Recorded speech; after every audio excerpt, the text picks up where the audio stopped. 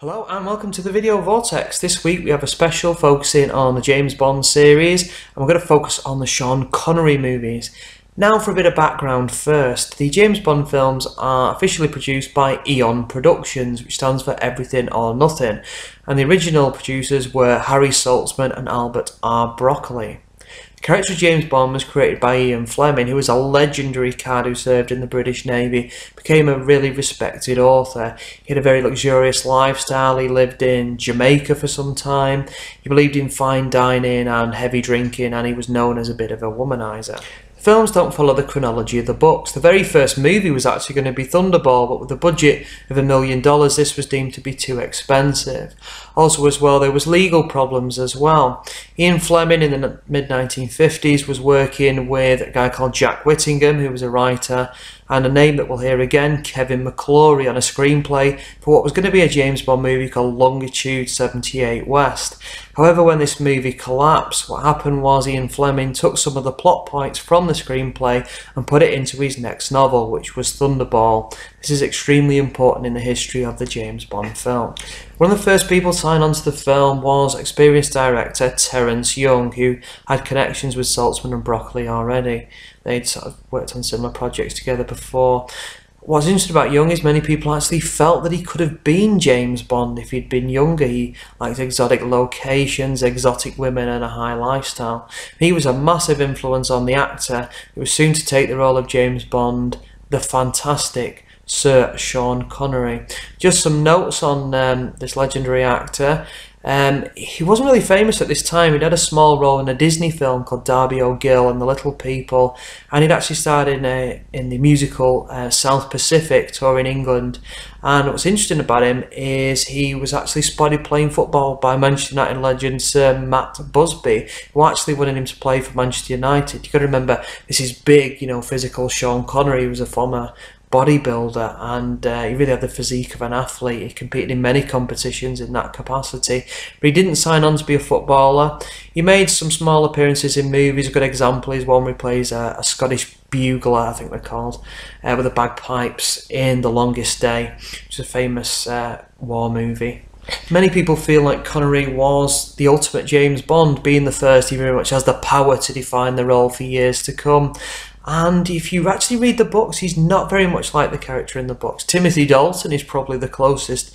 He gets a certain element of the fragility of Bond. Even Roger Moore said that the character didn't actually enjoy killing that much, and that's the way that he would later take the role.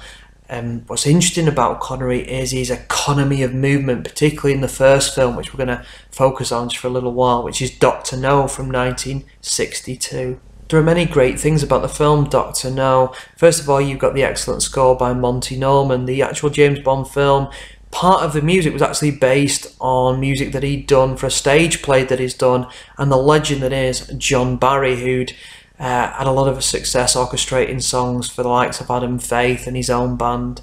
I think they're called John Barry 7 or John Barry 5.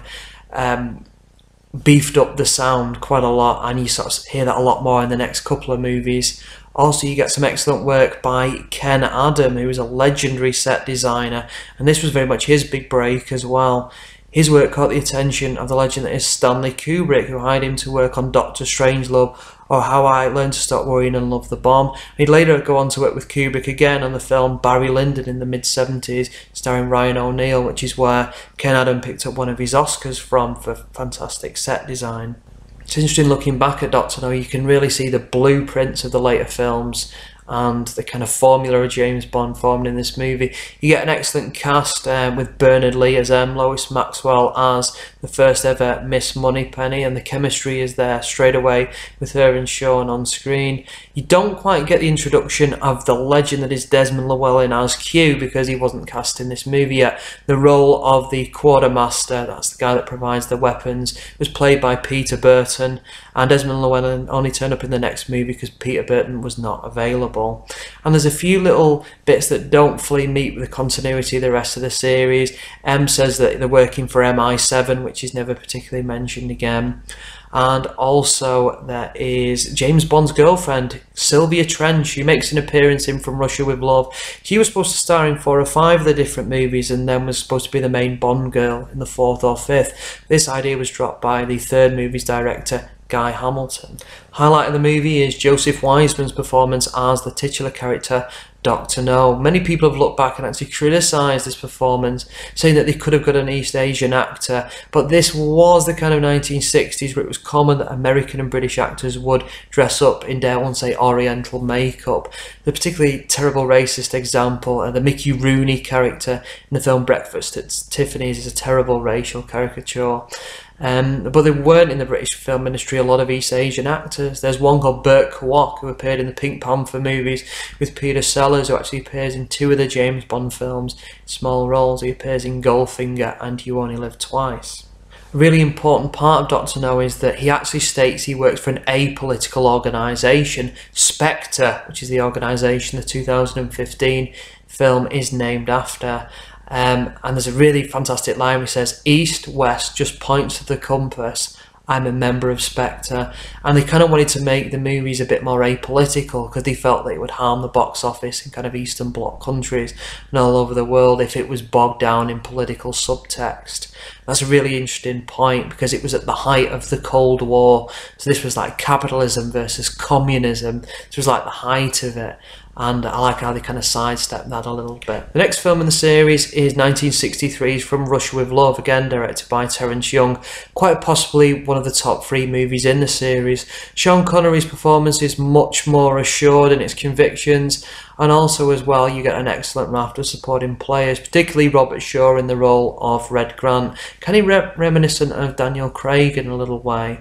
And I like this movie. This is Spectre seeking revenge for the death of Dr. No.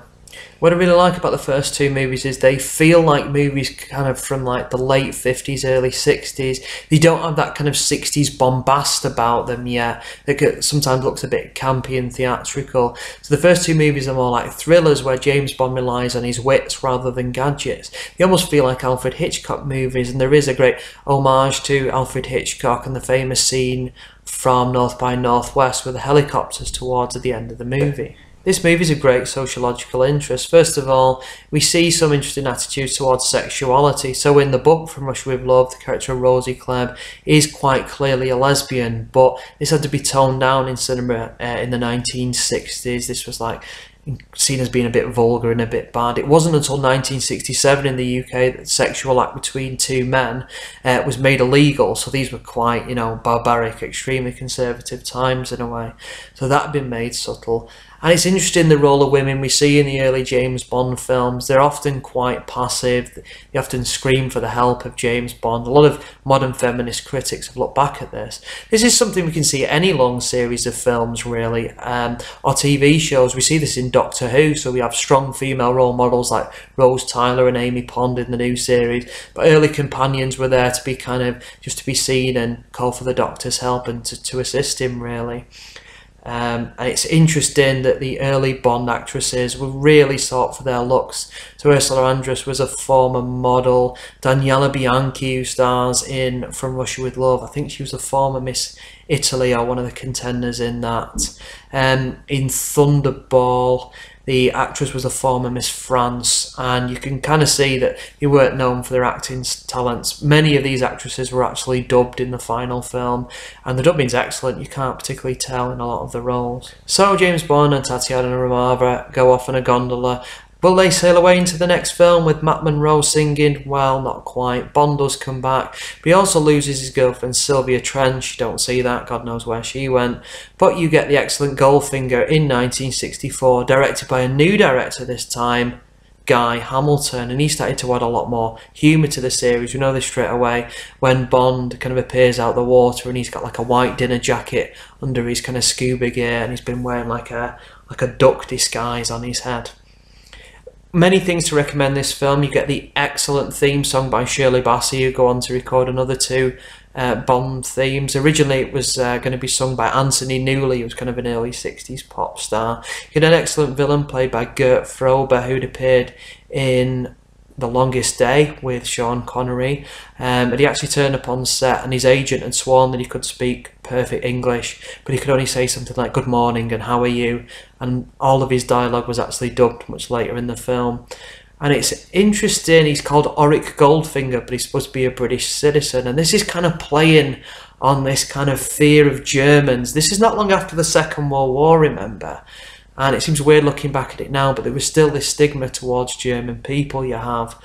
Feminists don't particularly like this film because there's the scene where James Bond forces himself onto the character of Pussy Galore. Yes, that really did make people blush in the 60s, that name, which I feel very uncomfortable now. This wasn't a time where people had a real full understanding of things like consent when it came to sex, so there were some great political discussions about rape. It wasn't really till the second generation of feminism kicked in with excellent writers like Anne Oakley and Arlie Hochschild that issues like this started to be explored. And you actually see this in the James Bond series of films. The role of women changes, and you spot that in the Roger Moore era. So in The Spy Who Loved Me, you get Barbara Bach playing Agent Triple X, who's like the Russian equivalent to James Bond. Feminism, women's libs really kicked in, as the director Lewis Gilbert pointed out at the time. The next film is quite fascinating. It's the film Thunderball, and you'll see that it's produced by Kevin McClory because in a court case, because of his involvement with the book Thunderball,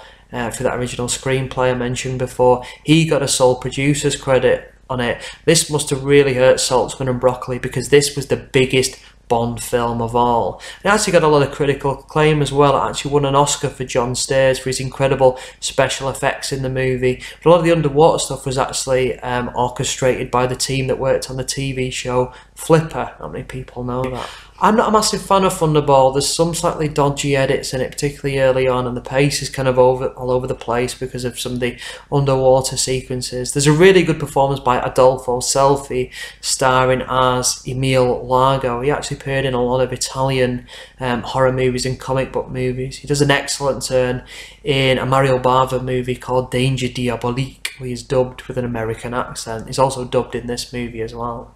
This movie is really a showcase for the excellent editing of Peter Hunt. He'd later go on to direct one of the films a bit later in the series on Her Majesty's Secret Service, but he pioneered this idea of cutting on the action, and you can see that in the fight. The ending is a bit ridiculous, but it's a James Bond film. This is when Bond mania had gone like massive, and there were spy movies and spy TV series everywhere, such as Get Smart, a particular favourite of mine, The Man from U.N.C.L.E. You also get the In Like Flint series of films starring James Coburn. You also have got the James Bond parody released kind of around this time, Casino Royale, the original, starring David Niven as James Bond. Even Woody Allen's in it as well. I'd avoid that one, even though it stars excellent actors like Orson Welles and Peter Sellers. The next movie is a fan favourite, You Only Live Twice, which has many fantastical elements. This is largely due to the fact that Roald Dahl, who was a friend of Ian Fleming's, actually worked on the screenplay. It was very difficult to try to adapt this book to the screen because Fleming had written about these castles in Japan, and when the team actually went to look in Japan, there are no castles, specifically by the sea. So they decided to go with a more outlandish plot. This was the first film in the series directed by Lewis Gilbert, who was a hot young director at the time and just directed a movie called Alfie starring Michael Caine. Michael Caine was actually considered for the role of James Bond at one point in the series, as well allegedly as actors such as Stanley Baker, the Prisoner TV star Patrick McGoohan, who I think would have made a great James Bond. Even James Mason was apparently considered at one point, and of course Cary Grant was considered for Dr. No and almost signed on for the movie, but he just wanted to do one standalone film. He didn't want to sign on for a series. That would have added to the kind of Hitchcock style that was going on. Safe to say this is not Connery's best performance in the series. He was starting to tire of the role, feeling that James Bond was becoming less interesting as a character on the screen, feeling like there was a great focus on special effects and the gadgets. Some excellent special effects by John Stairs and some excellent model work by John Richardson, the Oscar winner. I particularly like the theme of this movie, despite the fact it was actually sampled by Robbie Williams in a song in the 90s called Millennium. Nancy Sinatra does a good job of this song. She'd recently had a hit with a song called These Boots Are Made for Walking. The interesting Sinatra connection is that he was actually good friends with the Broccoli family and was originally going to sing the theme to Moonraker, but he refused to do it. He just got into retirement at that particular time. Now, many critics have often argued that there's a real what we call a white imperialist view to the James Bond films, in that a white heterosexual Western man goes to different cultures to save the day. And this is something that you see in predominantly in British and American movies from this time. But I would argue You Only Live Twice kind of breaks away from that a little bit, because James Bond gets the help of Tiger Tanaka and his life saved several different times by some of the East Asian characters in the movie. That's a criticism that's often thrown at long-running series from this era. I think it's time we discuss the elephant in the room. How do I feel about Her Majesty's Secret Service?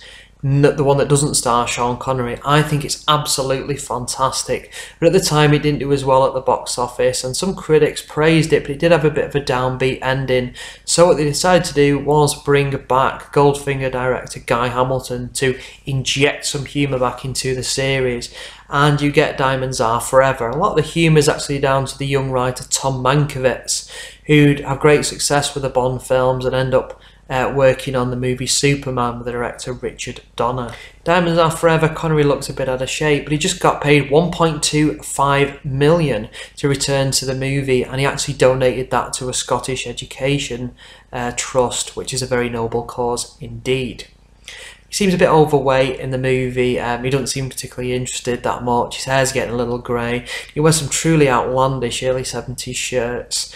I'm not a fashion critic, as you can tell, but yeah, it's not a terrific movie in my opinion, but a lot of people enjoy it for its campy humour. In the movie, a lot of the money actually went on Connery's salary, so some of the special effects, particularly towards the end, are particularly bad.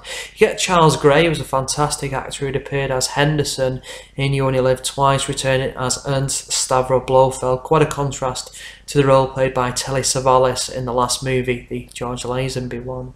So, to evaluate the Sean Connery years, when we look at films from other eras, sometimes we see one or two things we don't like, and it's safe to say that it's like holding up a mirror to society's values at that particular time. But if you can look aside that, there is some excellent fun to be had in this movie. I personally think From Russia with Love is the best of the Sean Connery years. But what does my opinion matter? The best advice I would give you is to meet up with your friends, go for a coffee, have a beer. I always meet up with my friends to talk about James Bond movies at the cinema. Hi, Peter. Discuss these movies, go and see them. They're absolutely terrific, and it will bring you and your friends together and make you beautiful, wonderful, sociable people. Thank you very much for watching this episode of the Video Vortex.